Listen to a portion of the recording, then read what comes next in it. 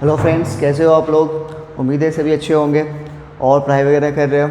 तो पिछला क्वेश्चन में लेक्चर में हमने एक क्वेश्चन दिया था और उसका आंसर बताया भी नहीं आप लोगों ने, सिर्फ एक बंदे ने बताया था। तो आंसर नहीं बताओगे और दूसरी चीज़ ये है कि स्टेप वाइज नहीं देखोगे तो पता नहीं चलेगा कि कैसे क्वेश्चन को अटैम्प्ट करना है।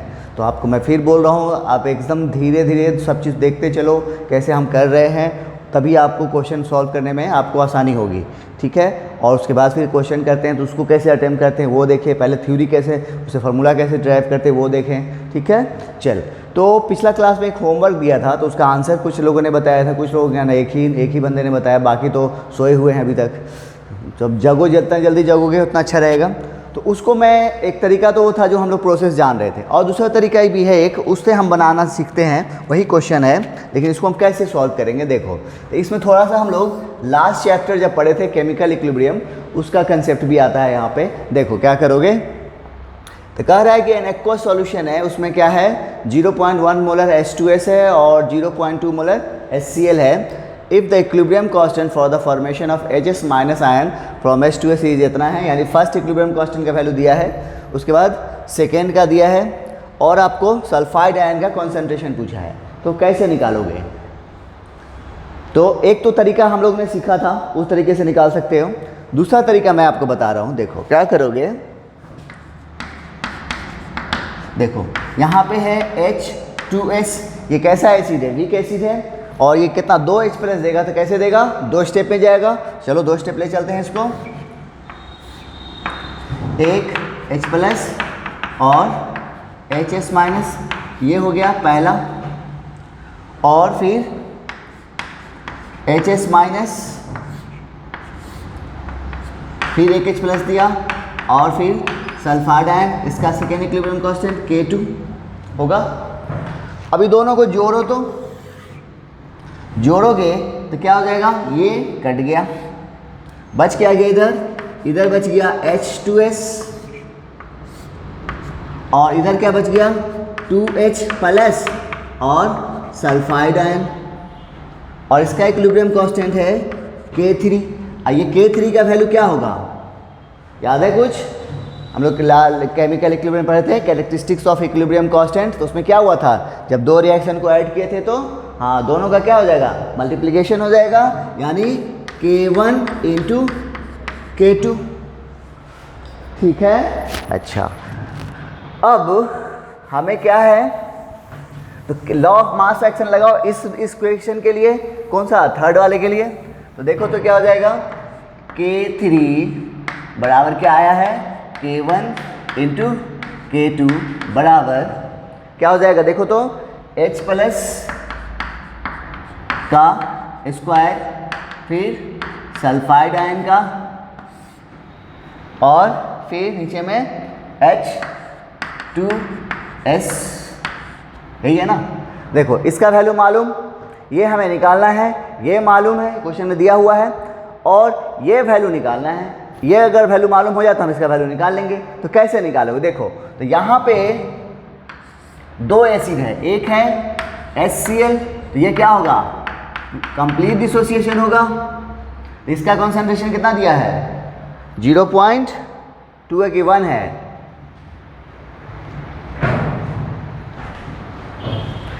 इसका कंसेंट्रेशन है 0.2, ये है 0.2, तो ये कितना मिलेगा 0.2, और ये भी 0.2। कोई दिक्कत।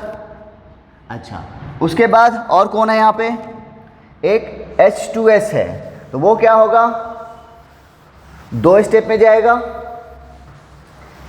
कुछ याद आ रहा है, H2S से जो है यहाँ पे क्या होगा, 2 स्टेप में जाएगा, H प्लस और HS माइनस। तो यहाँ पे इसका कंसंट्रेशन दिया है 0.1, तो यहाँ पे क्या हो जाएगा, एट इक्विलिब्रियम पे हम बात करें 0.1 माइनस x, हम लोग x को क्या लेते हैं यहाँ पे 0.1 अल्फा, हम उसको x लेके चल रहे थे, ये भी x बनेगा और ये भी x बनेगा। फर्दर फिर सेकेंड स्टेप पे चलेंगे, HS माइनस और H प्लस और S डबल माइनस, तब यहाँ पे क्या था x, हम लोग फिर इक्विलिब्रियम पे बात करेंगे, तो इसका y पार्ट टूटा था, ये y बना और ये भी y बना, हुआ था। तो इस तरह से, अब यहाँ पर नहीं, इधर ले लो, तो यहाँ पर देखो तो टोटल H प्लस जो है H2S से कितना आ रहा है, X और Y आ रहा है, X प्लस Y आ रहा है ना।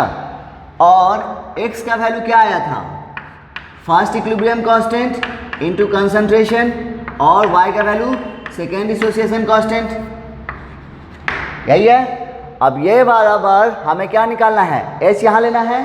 तो इस तरह से H प्लस टोटल कितना हो गया, देखो 3 H प्लस नजर आ रहे, एक यहाँ है और एक यहाँ है ना, ये दो वाला मिलके एक 3 हो गए। तो सब को ले लो तो कितना हो जाएगा, 0.2 प्लस उसका कितना है, x की जगह पे square root K1 into C plus Ka2। अब ये वैल्यू को यहाँ रखोगे, ठीक है, और सॉल्व कर लो, देखो क्या होता है। 1 मिनट और रख लो।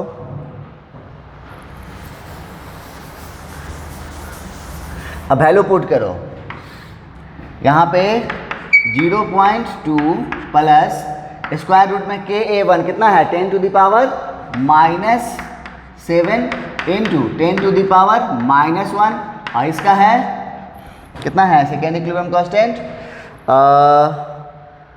1.2 इंटू 10 टू द पावर -13, ठीक है। अब देखो तो ये कितना हो जाएगा, 0.2 प्लस 10 टू द पावर -8, बाहर निकलेगा 10 टू द पावर -4, और ये 1.2 इंटू 10 टू द पावर -3। अब देखो तो इसके कंपेयर में ये वैल्यू क्या है, बहुत छोटा है, ये वैल्यू 10 टू द -13 के इस कंपेयर में है, रेंज में है, तो बहुत छोटा हो गया। इन दोनों के कंपेयर में करो तो ये बहुत छोटा हो जा रहा है, क्योंकि यहाँ पर कितना है, 2 इंटू 10 टू -1 के कंपेयर में ये 10 टू -4 है।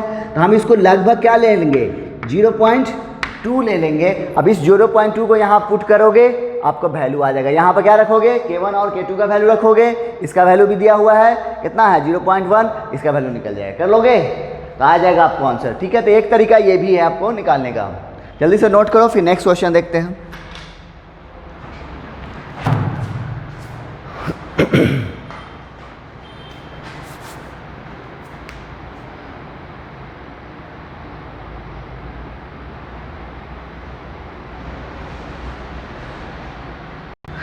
ओके चलो, तो अगला क्वेश्चन है हमारे पास, कह रहे हैं कि what are the concentration of H plus ion, HSO4 minus, SO4 double minus, H2SO4 in a solution of 0.2 molar solution of sulphuric acid, और एक डिसोसिएशन कांस्टेंट दिया है।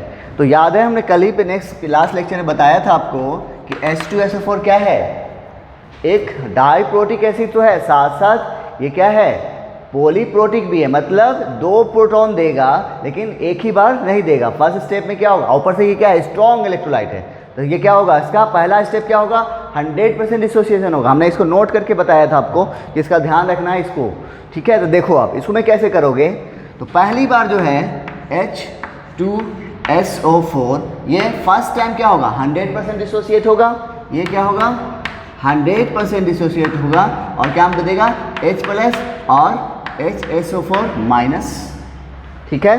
अब इसका कंसंट्रेशन कितना दिया हुआ है, देखो तो 0.2 दिया है, तो ये कितना मिलेगा 0.2, और ये भी 0.2, कोई दिक्कत। अब वो जो डिसोसिएशन कांस्टेंट दिया है वो किसका दिया है, सेकेंड स्टेप का दिया है। यानी एक चीज़ तो हमें मालूम हो गया, यहाँ से HSO4 का कंसंट्रेशन हमें मालूम हुआ नहीं, क्योंकि अभी हम लोग नेक्स्ट स्टेप में चलेंगे। चलो नेक्स्ट स्टेप पे चलते हैं। HSO4 ये क्या होगा, सेकेंड स्टेप में आएंगे, और H प्लस और SO4 डबल माइनस। अब बोलो, अब इसका कंसंट्रेशन है कितना, 0.2, कब, जब 0 है, तो ये कितना होगा 0 और ये 0। जब ये रिएक्शन इक्विलिब्रियम पे पहुंचेगी तो इसका कितना पार्ट टूटेगा, X पार्ट टूटेगा, तो ये कितना बनेगा X, और ये कितना बनेगा X, तो ये कितना बचेगा, था कितना 0.2, टूटा कितना X, तो 0.2 माइनस X क्या हो गया, बच गया, ये कितना बना X है, ये कितना बना X। इसका आपको इक्विलिब्रियम कांस्टेंट वैल्यू जो दिया है वो किसका दिया, इस रिएक्शन का दिया है। अब क्या करोगे, लगाओगे law of mass action, K बराबर क्या हो जाएगा H प्लस और SO4 डबल माइनस, नीचे में HSO4 माइनस, ये होगा। अब देखो तो यहाँ पर जो है H प्लस की जगह पे क्या लोगे, यहाँ पे H प्लस की जगह पे क्या लोगे, ये भी है और ये भी है, तो टोटल लेंगे, क्या लेंगे, H प्लस टोटल बराबर क्या हो जाएगा 0.2 और x। कोई दिक्कत यहाँ तक? चलो उसके बाद ये x मालूम, यहाँ पे हो गया। आप वैल्यू पुट करो तो k का वैल्यू कितना है 1.3 इंटू 10 टू द पावर -2 बराबर H प्लस की जगह पे 0.2 प्लस x, 0.2 प्लस x और SO4 माइनस की जगह पे x, नीचे में कौन है HSO4 माइनस, इसका कितना है 0.2 माइनस x। अब ये सॉल्व करके आपको यहाँ पे क्वाड्रेटिक इक्वेशन आएगा, उसको सॉल्व करके आपको वैल्यू निकालना है। वो वैल्यू निकालोगे तो वही वैल्यू आपका क्या हो जाएगा, x का वैल्यू आ जाएगा। और जब x का वैल्यू आएगा तो यहाँ पे रखोगे तो क्या निकल जाएगा, h टोटल निकल जाएगा, ठीक है।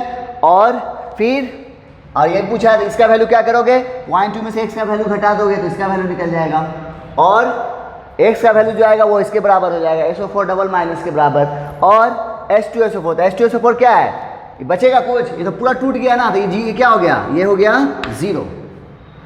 समझ में आ गया? तो इस तरह से आपको जब स्ट्रॉन्ग इलेक्ट्रोलाइट हो और वो कैसा हो, डायप्रोटिक हो, तो कैसे सॉल्व करेंगे, उसका एक क्वेश्चन था, बड़ा अच्छा क्वेश्चन था, इसे आप स्टार मार्क्स दे सकते हैं, ठीक है। चलिए जल्दी से नोट कीजिए, फिर आगे हम लोग चलते हैं।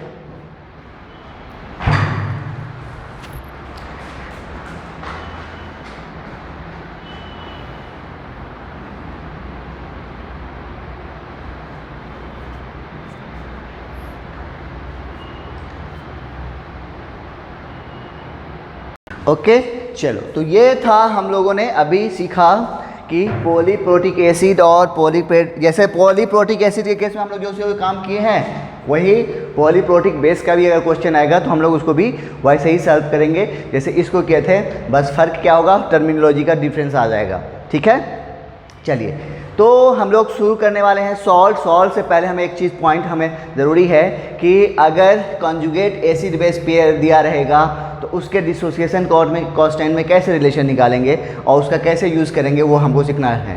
तो हेडिंग डालोगे रिलेशन बिटवीन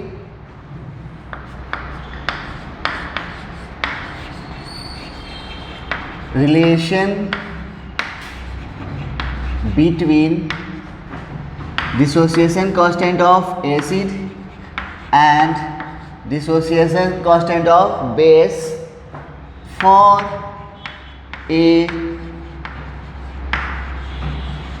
conjugate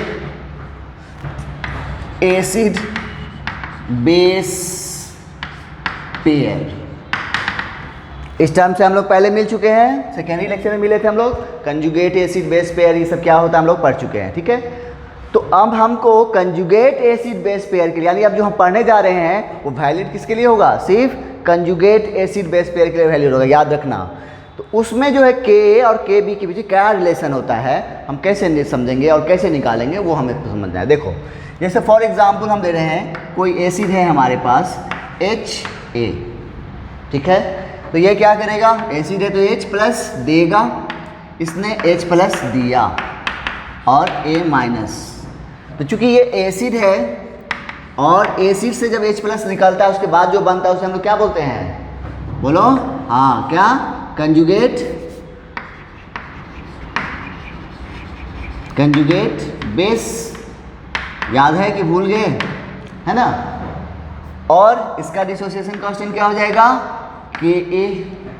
कोई दिक्कत यहाँ तक नहीं। अब वो कंजुगेट बेस जो है इसका रिएक्शन वाटर से करवाए तब ये कैसा नेचर शो करेगा, देखो बेस है तो यहाँ से क्या करेगा, H प्लस एक्सेप्ट करेगा, HA और OH माइनस। तो यहाँ पे ये क्या हुआ, बेस, ये वाला कौन सा रिएक्शन था, एसिडिक रिएक्शन हो रहा था, यहाँ बेसिक रिएक्शन होता है। इसका डिसोसिएशन कांस्टेंट Kb होगा। अब दोनों को जोड़ो तो क्या हो रहा है, देखो तो HA से HA कट गया, A माइनस से A माइनस कट गया, क्या बचा? इधर देखो तो बच गया H2O लिक्विड और इधर H प्लस और OH माइनस। अब दोनों रिएक्शन को हम लोग क्या किए हैं? ऐड किए हैं। तो ऐड किए तो इसका इक्विलिब्रियम कांस्टेंट का वैल्यू क्या होगा? क्या हो जाएगा? मल्टीप्लिकेशन में आ जाएगा KA इंटू KB। कोई दिक्कत नहीं?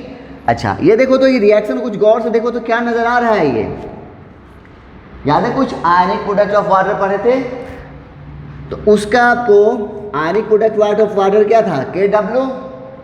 ये KW किसके बराबर आ रहा है? देखो तो KW बराबर क्या हो गया? KA into KB।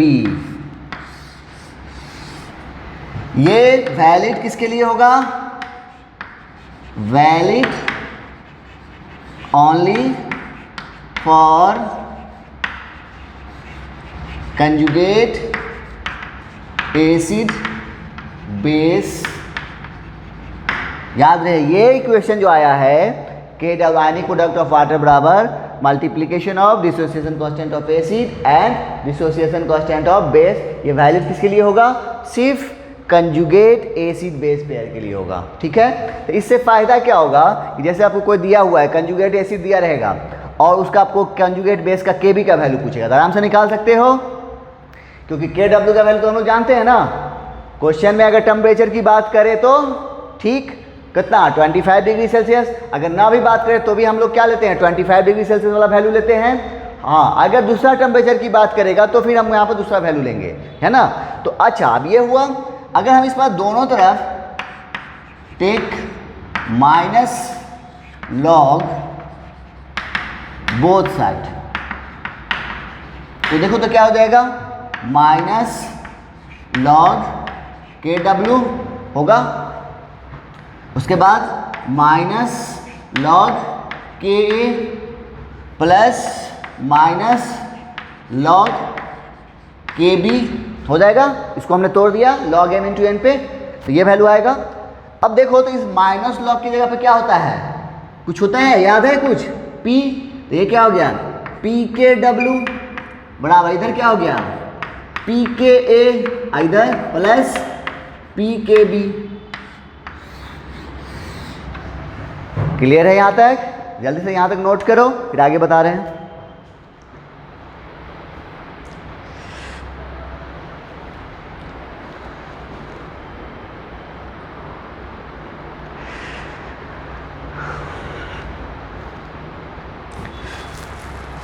कर लिए? अच्छा, जिस तरह से ये वैलिड है किसके लिए? कंजुगेट एसिड बेस पेयर के लिए वैलिड है, उसी तरह से ये भी किसके लिए वैलिड होगा? हाँ, किसके लिए होगा? कंजुगेट एसिड बेस पेयर के लिए वैलिड होगा। ओके, अच्छा अब आइए, एक टेम्परेचर हम ले रहे हैं एट 25 डिग्री C, तो वहाँ पर KW का वैल्यू कितना था? 10 टू द पावर -14, यही था ना। तो इस तरह से KA इंटू KB बराबर 10 टू द पावर -14 हो गया, लेकिन ये कहाँ पे है? Only at 25 degree Celsius. अब देखो तो इस तरह से हमें क्या फ़ायदा हो जाएगा? अगर इसका वैल्यू दिया था हम इसका वैल्यू निकाल सकते हैं, या इसका वैल्यू दिया था हम इसका वैल्यू निकाल सकते हैं, लेकिन किसके लिए? कंजुगेट एसिड बेस पेयर के लिए। ठीक है, या फिर अगर हम दोनों तरफ लॉग ले ले तो क्या हो जाएगा? एंड PKA प्लस PKB बराबर 14 होगा। तो ये दो जो भी आया है ये कितना पे आया है? 25 पे आया है। तो एक टेम्परेचर पे और ले लेते ताकि आप कंफ्यूज ना हो, है ना। कितना? एक ले लेते हैं, कौन? 62 वाला ले लेते हैं। बोलो कितना वैल्यू था? एट 62 डिग्री सेल्सियस पे KW का वैल्यू कितना था? 10 टू द पावर बोलो -30। याद है ना, ये आयनिक प्रोडक्ट ऑफ वाटर किस पर डिपेंड करता है? टेम्परेचर पे। और H2O का जो डिसोसिएशन होता है वो कैसी प्रोसेस है? एंडोथर्मिक। तो तो इंडोथर्मिक प्रोसेस में K का वैल्यू कैसे बढ़ता है, फॉरवर्ड रिएक्शन कब जाती है, जब टेम्परेचर बढ़ाते हैं। तो चूंकि टेम्परेचर बढ़ा रहे हैं हम लोग, इसका वैल्यू क्या होगा, बढ़ेगा। तो इस तरह से Ka इंटू KB बराबर क्या हो गया, 10 टू द पावर -13 हो गया। लेकिन ये कहाँ हुआ, 62 डिग्री सेल्सियस पे। एंड Pka के टर्म में Pka प्लस Pkb बराबर क्या हो जाएगा, 13 हो जाएगा। ठीक है, तो यही है relation between Ka and Kb for conjugate acid base pair के लिए। तो जल्दी से नोट करो, फिर इसको हम आपको क्वेश्चन के थ्रू समझाते हैं।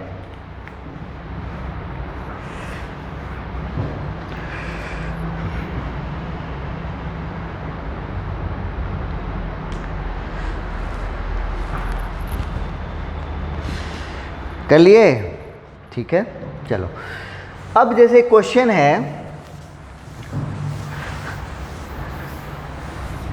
एक क्वेश्चन दिया है, the dissociation constant of acid HCl3COH is 1 point या फिर 2 इंटू 10 टू द पावर -6। आपको एसिटिक एसिड का आपको क्या दिया है, डिसोसिएशन कांस्टेंट दे दिया है 2 into 10 to the power -6। Okay, then find dissociation constant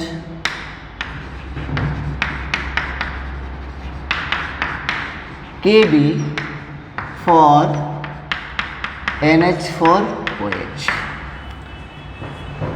तो कैसे बनाओगे, आपको Ka का वैल्यू दिया हुआ है और Kb का वैल्यू निकालना है। निकाल लोगे, क्या करोगे बोलो। तो हम लोग अभी अभी पढ़े हैं Ka इंटू Kb बराबर 10 टू द पावर -14। कोई टेम्परेचर नहीं दिया है तो 25 डिग्री सेल्सियस।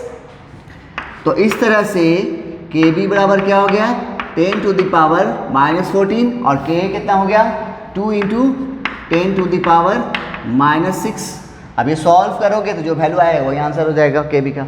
ऐसा ही होगा, ऐसा नहीं होगा, क्यों, हाँ ये क्या हो गया, ये हो गया आपका गलत हो गया।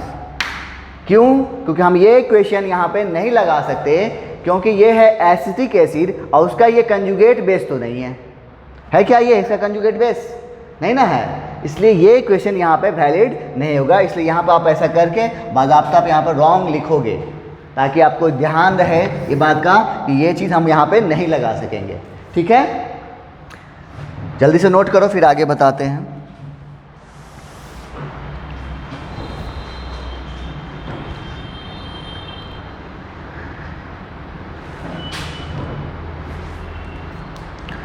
ठीक है, चल अगला क्वेश्चन है, यही क्वेश्चन सेम है बट फर्क यहाँ पे अब हो गया है, डिसोसिएशन कांस्टेंट फॉर या फिर इट्स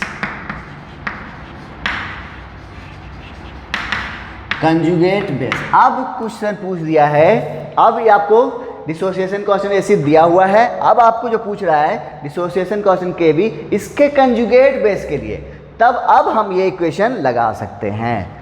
अब हम लोग क्या कर सकते हैं, ये इक्वेशन लगा सकते हैं। तब अब ये सही हो जा रहा है हमारा। तब यहाँ पे जो वैल्यू आएगा कितना कट जाएगा, 10 टू से 8, 8 2 के 5, 5 गुने 10 का पावर -9। तो ये हो जाएगा सही।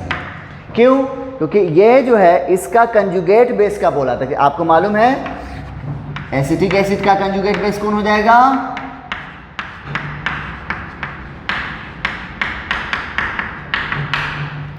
ये हो गया एसिड और ये हो गया इसका कंजुगेट बेस।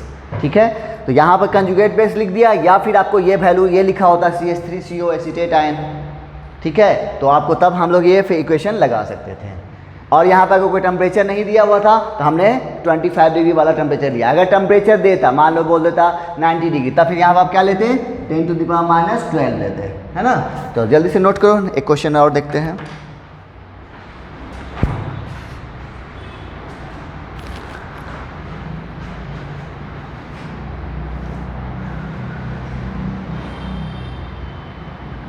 ओके चलो अगला क्वेश्चन है हमारे पास, कह रहा है आपको कैलकुलेट करना है degree of ionisation and pH of 0.05 molar solution of एक वीक बेस है, ठीक है। उसका आपको डिसोसिएशन कांस्टेंट दिया हुआ है और साथ ही साथ आपको डिसोसिएशन कांस्टेंट पूछ रहा है एक और, उसका कंजुगेट एसिड। तो चूंकि बेस है तो बेस से जो निकलेगा वो क्या बनेगा, कंजुगेट एसिड बनेगा, ठीक है। चलो तो कैसे करोगे आप लोग जानते हो।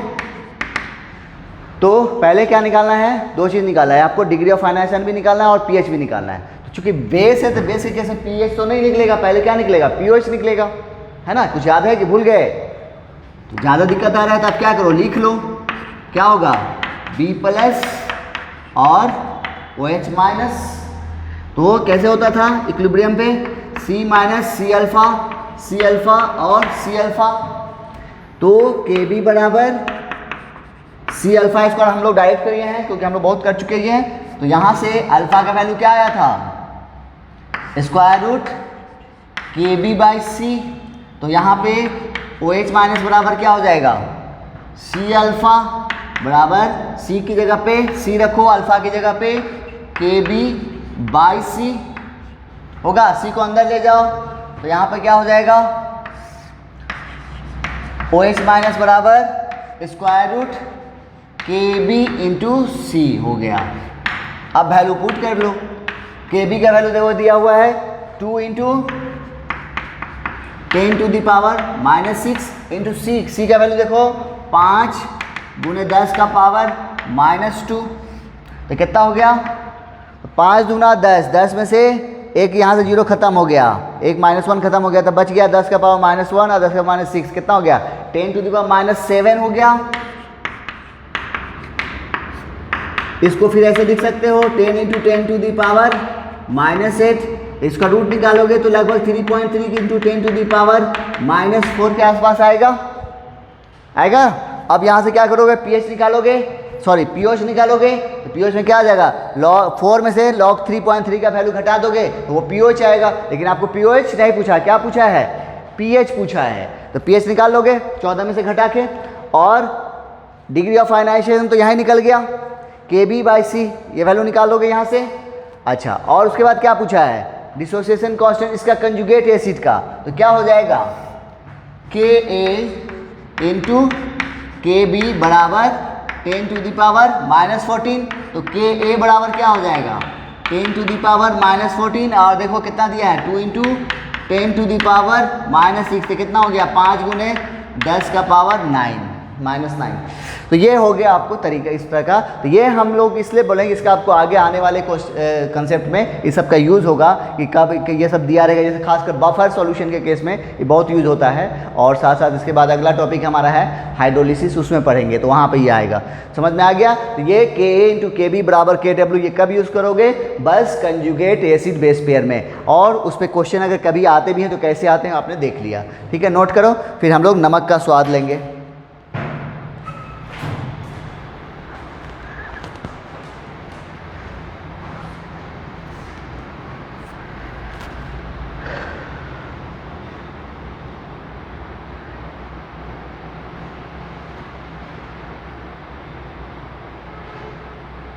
ओके चल, तो हम लोगों ने पॉलीप्रोटिक एसिड बेस देख लिया, साथ साथ अभी कंजुगेट एसिड बेस पेयर के केस में डिसोसिएशन कांस्टेंट के बीच में क्या रिलेशन है वो हम लोगों ने निकालना सीखा। ओके चलिए, तो एसिड बेस का काम खत्म हो गया। अब हम लोग चल रहे हैं नमक का स्वाद लेने के लिए। कौन सा नमक खाते हो, टाटा का या निरमा का, बोलो कौन सा, या फिर वो गब्बर सिंह वाला। अबे ओ कालिया, कौन से नमक तेरा क्या होगा कालिया, ऐसे बोलता है ना। तो मैंने आपका नमक खाया है, तुमने किसका नमक खाया है। चलो, तो हम लोग नमक का आपको आज स्वाद लेंगे, पहली बात पता करेंगे, उसके बाद उसका अगला केसेस जो आएगा वो हम देखेंगे। तो पहली बात ये है कि नमक बनता कैसे है ना। तो नमक बनता कैसे नहीं, मतलब नमक कब बनता है। तो होता ये है कि जैसे हम लोग अभी तक पढ़े हैं एसिड और बेस के बारे में। तो एसिड और बेस के बीच में जब रिएक्शन होती है, अगर एसिड को मिलाओगे तो कोई रिएक्शन नहीं होगी, या फिर बेस को मिलाओगे तो कोई रिएक्शन नहीं होगी, क्योंकि वहाँ पे क्या हो जाएगा, सेम नेचर हो जाएगा। लेकिन जैसे ही आप एसिड और बेस को मिलाओगे तो वहाँ पे क्या होगा, रिएक्शन होगा। कौन सा रिएक्शन होगा, एक एक्सोथर्मिक रिएक्शन होती है और इस रिएक्शन को हम लोग बोलते हैं न्यूट्रलाइजेशन रिएक्शन बोलते हैं। कौन सी, न्यूट्रलाइजेशन, क्योंकि यहाँ पे क्या होता है, एसिड और बेस दोनों एक दूसरे को कट करते हैं, न्यूट्रल करते हैं और उसकी वजह से वहाँ पे दो प्रोडक्ट का निर्माण होता है। एक प्रोडक्ट होगा आपको जो बनेगा वो होगा सॉल्ट, इसको हम लोग नमक कहते हैं हिंदी में, और मराठी में क्या कहते हैं हमें नहीं मालूम, तेलुगु में तो और भी नहीं मालूम, ठीक है। तो क्या हुआ, हाँ, तो एक होता है नमक बना, साथ ही साथ इसके साथ यहाँ पे जो निकलता है वो निकलता है, पानी भी निकलता है, तो दो प्रोडक्ट बनते हैं। और तीसरा एक और प्रोडक्ट है जिसको बोलते हैं, यहाँ पे हीट रिलीज होता है। क्या होता है, हीट रिलीज होता है। और ये जो हीट के बारे में हम लोग जब अगला चैप्टर है या लास्ट चैप्टर होगा आपको, जब हम लोग पढ़ेंगे थर्मोकेमिस्ट्री, वहाँ पर इसका यूज़ आएगा, ठीक है। तो वहाँ पे हम लोग पढ़ेंगे इसके हीट के बारे में। फिलहाल हम लोग यहाँ पे सिर्फ दो टर्म की बात कर रहे हैं यहाँ पे, कि जब एसिड बेस के बीच में यानी कौन सी रिएक्शन, न्यूट्रलाइजेशन रिएक्शन हो रही होती है, तब उसमें दो प्रोडक्ट बनते हैं। कौन कौन बनते हैं, एक सॉल्ट बनते हैं, साथ ही साथ वाटर यानी जल निकलता है। और चूँकि ये एक्सोथर्मिक रिएक्शन है तो इसमें क्या होगा, आपको देखते होंगे कि जनरली क्या होता है, लोग जो है एसिड से दूर भागते हैं। क्यों भागते हैं, क्योंकि एसिड से जो हमारा बॉडी जो है बेसिक नेचर का होता है, जिसकी वजह से क्या होता है कि एसिड बेस के बीच में रिएक्शन होगी, और रिएक्शन होगी तो वहाँ पर चूँकि क्या हो रहा है, हीट रिलीज हो रहा है, और हीट रिलीज होने की वजह से क्या होता है, इंसान जल जाता है। इसलिए लोग एसिड से दूर भागते हैं, ठीक है। कोई दिक्कत यहाँ तक, यानी सॉल्ट क्या हो गया, सॉल्ट कैसे बनेगा, एक एसिड बेस के न्यूट्रलाइजेशन रिएक्शन से बनेगा। और उसके बाद ये कैसी रिएक्शन होती है, एक्सोथर्मिक रिएक्शन होती है। एक्सोथर्मिक का मतलब क्या होता है, हम लोग जानते हैं अच्छी तरह से, बोलो, हाँ, क्या होता है, जिसमें हीट, वो रिएक्शन जिसमें हीट रिलीज होती हो, ठीक है। तो लिखोगे, सबसे पहले हेडिंग डालोगे सॉल्ट,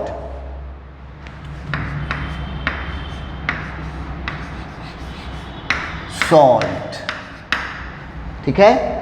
तो ये कैसे बनता है, ये कैसा, एक केमिकल कंपाउंड है, क्योंकि केमिकल रिएक्शन के थ्रू बन रहा है। तो ये कंपाउंड कैसा हुआ, केमिकल कंपाउंड हुआ, और बनता कैसे है, एसिड बेस न्यूट्रलाइजेशन के थ्रू बनता था। लिखोगे chemical compound,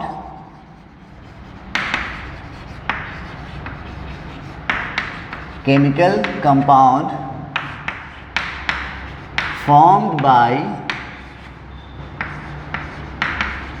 acid base neutralisation reaction.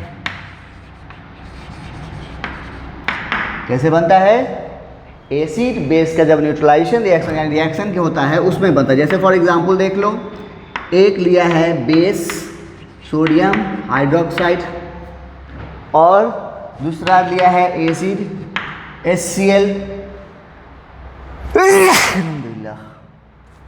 ठीक है, और क्या बनेगा, NaCl और वाटर। तो ये क्या हुआ, ये है बेस, ये हो गया एसिड, ये दोनों आपस में रिएक्ट किया और बनाया क्या है, दो प्रोडक्ट नजर आ रहा है। ये क्या है, सॉल्ट, और ये क्या है, वाटर, और साथ ही साथ कौन चीज निकलता है, एनर्जी भी निकलता है। यहां से क्या होता है, हीट भी यहाँ पे निकलता है। क्योंकि रिएक्शन के साथ हीट, देखा हमने बताया था इसका क्या मतलब होता है, जब इसके प्रोडक्ट के साथ एडिशन में दिया रहेगा तो यहाँ पर पॉजिटिव मतलब जुड़ा हुआ रहेगा। इसका मतलब ये हो जाता है कि ये रिएक्शन कैसी है, एक्सोथर्मिक है। लेकिन इसी हीट को जब अलग करके दिखाएगा तब वहाँ पे माइनस साइन लगा लेगा, ठीक है। चल, तो ये हो गया। अच्छा, जल्दी से नोट करो, फिर आगे बता रहे हैं क्योंकि जगह खत्म हो गया है।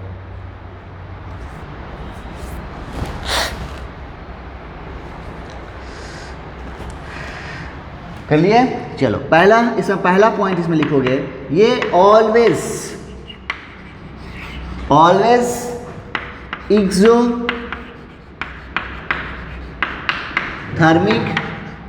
In nature. ये क्या होता है, हमेशा ये जो रिएक्शन होती है एसिड बेस के बीच में क्या होती है, एक्सोथर्मिक रिएक्शन होती है, मतलब हीट रिलीज होता ही है। अब ये डिपेंड करेगा कि वो एसिड और बेस कैसा है। अगर स्ट्रॉन्ग होगा तो सबसे ज़्यादा होगा, अगर कम होगा, एक स्ट्रॉन्ग होगा दूसरा वीक होगा तो कम निकलेगा, दूसरा दोनों वीक होगा तो थोड़ा होगा और कम निकलेगा, लेकिन निकलेगा तो जरूर, ठीक है। ये कैसी रिएक्शन होती है, एक्सोथर्मिक नेचर की होती है। जल्दी से नोट कर लो इसको।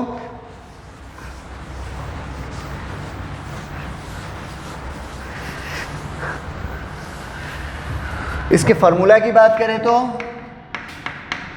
फार्मूला ऑफ सॉल्ट MxNY, ठीक है। यानी इसमें दो पार्ट होंगे, एक केटायनिक पार्ट होंगे और दूसरे एनायनिक पार्ट होंगे। तो इसमें जो नोट करके लिखोगे, इन सॉल्ट केटायनिक पार्ट किधर से आ रहा है, तो देखो NaCl बना है ना सॉल्ट, तो Na प्लस और Cl माइनस में जुड़ेगा, तो Na प्लस किधर से आया है, देखो तो बेस से आया है, NaOH से आया है, और Cl माइनस किससे आया है, एसिड से आया है। तो इन सॉल्ट पॉजिटिव पार्ट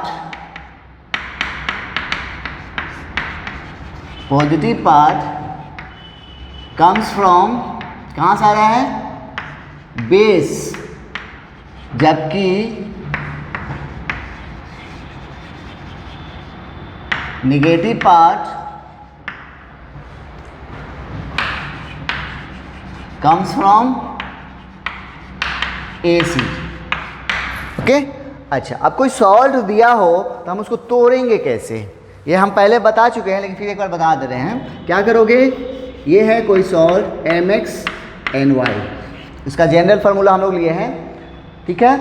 अच्छा, अब इसको तोड़ना है तो क्या करना है, तो ये है पहला पॉजिटिव केटायनिक पार्ट और दूसरा एनायनिक पार्ट। यहाँ पे क्या करना है, आपको क्रॉस करवाना है, ठीक है, क्रॉस कराना है। और उसके बाद देखो तो यहाँ पे कौन आया, M आया, M के ऊपर कैसा चार्ज है, पॉजिटिव, इधर से कौन आ रहा है, Y आ रहा है, इसलिए यहाँ पे क्या लिखेंगे, प्लस Y। उसी तरीके से फिर N के पास चलो, N के ऊपर देखो कैसा चार्ज है, नेगेटिव, इधर से कौन आ रहा है, X आ रहा है, यहाँ पे क्या हो गया, -X। ये करने के बाद आपको फिर बैलेंस करना है। बैलेंस करने के लिए देखो तो इधर कितना है, M कितना है, Mx है, और उधर कितना है, M है ना। तो क्या करोगे, इसको X से मल्टीप्लाई करो, और इधर देखो NY है, उधर N है, तो इसको Y से मल्टीप्लाई करो। तो ये हो गया आपको किसी सॉल्ट को ब्रेक करने का तरीका। जैसे फॉर एग्जांपल देखो MgCl2, तो ये कैसे टूटेगा, देखो तो इस पे पॉजिटिव, इस पे नेगेटिव, इधर से कौन आ रहा है, +2 आ रहा है, तो Mg+2। देखो यहाँ पे कुछ नहीं है तो कितना नंबर है, 1, तो इधर से जाएगा Cl माइनस। उसके बाद क्या करना है, बैलेंस करना है। तो देखो इधर मैग्नीशियम 1 है, इधर भी 1 है, बैलेंस, लेकिन क्लोरीन यहाँ 2 है, इधर कितना है, 1 है, तो क्या करेंगे, इसको 2 से मल्टीप्लाई करेंगे, देखो बैलेंस हो गया। और इस तरह से सॉल्ट को डिसोसिएट ऐसे करते हैं। तरीका मालूम हो गया, या सॉल्ट क्या हो मालूम हो गया, सॉल्ट कहाँ से कैसे बनता है, कब बनता है, वो मालूम हो गया। तो जल्दी से नोट करो, फिर देखते हैं types of salt.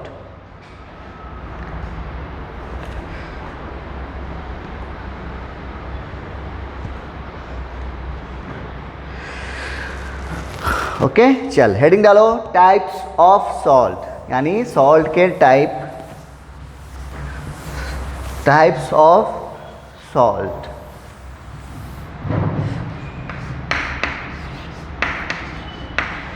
Types of salt, simple salt,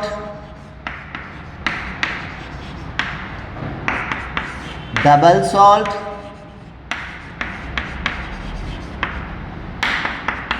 complex salt, ठीक है। ऐसे बहुत टाइप के, हमें 3 इनके बारे में पढ़ना है। इसके बारे में तो आपको एक बताता हूँ, चैप्टर है कोऑर्डिनेशन कंपाउंड, वहाँ पर होगे, ठीक है। चलो बात करते हैं क्या करके, तो सबसे पहले हम बात कर देंगे सिंपल सॉल्ट की। ये कैसे बनता है, ये सिंपल न्यूट्रलाइजेशन प्रोसेस से बनेगा। ये कैसे बनेगा, फॉर्म बाय न्यूट्रलाइजेशन प्रोसेस। कैसे बनेगा सिंपल सॉल्ट, न्यूट्रलाइजेशन, यानी एसिड बेस का जब न्यूट्रलाइजेशन होता है और उसमें जो सॉल्ट बनता है वो कौन सा सॉल्ट होता है, सिंपल सॉल्ट होता है। ओके, इसका टाइप फिर 2 हैं। किसका, अब हम लोग अभी बात कर रहे हैं सिर्फ सिंपल का, इनके भी 2 टाइप है। एक है कंप्लीट सॉल्ट और दूसरा है इनकम्प्लीट सॉल्ट, ठीक है। तो यहाँ तक नोट करो, फिर हम लोग इन दोनों को देखते हैं, ये दोनों क्या होते हैं, कंप्लीट क्या होते हैं और इनकम्प्लीट क्या होते हैं।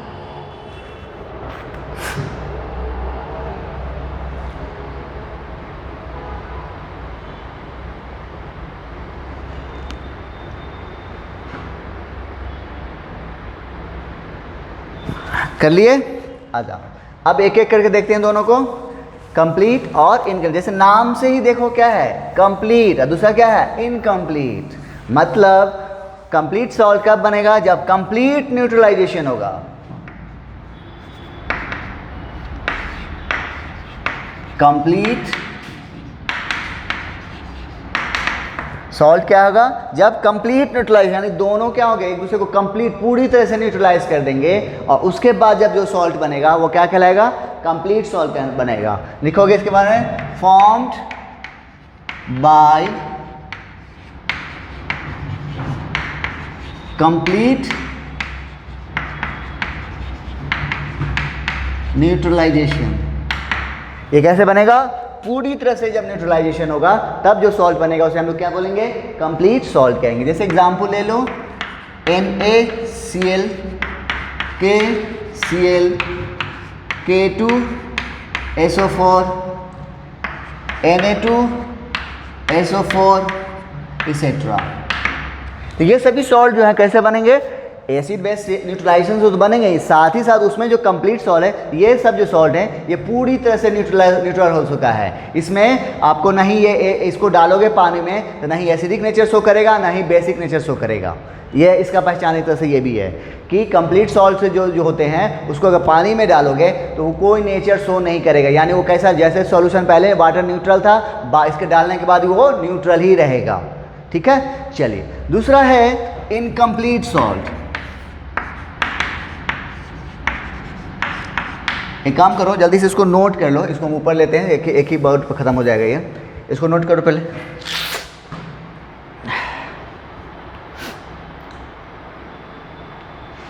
कर लिए, चला जा।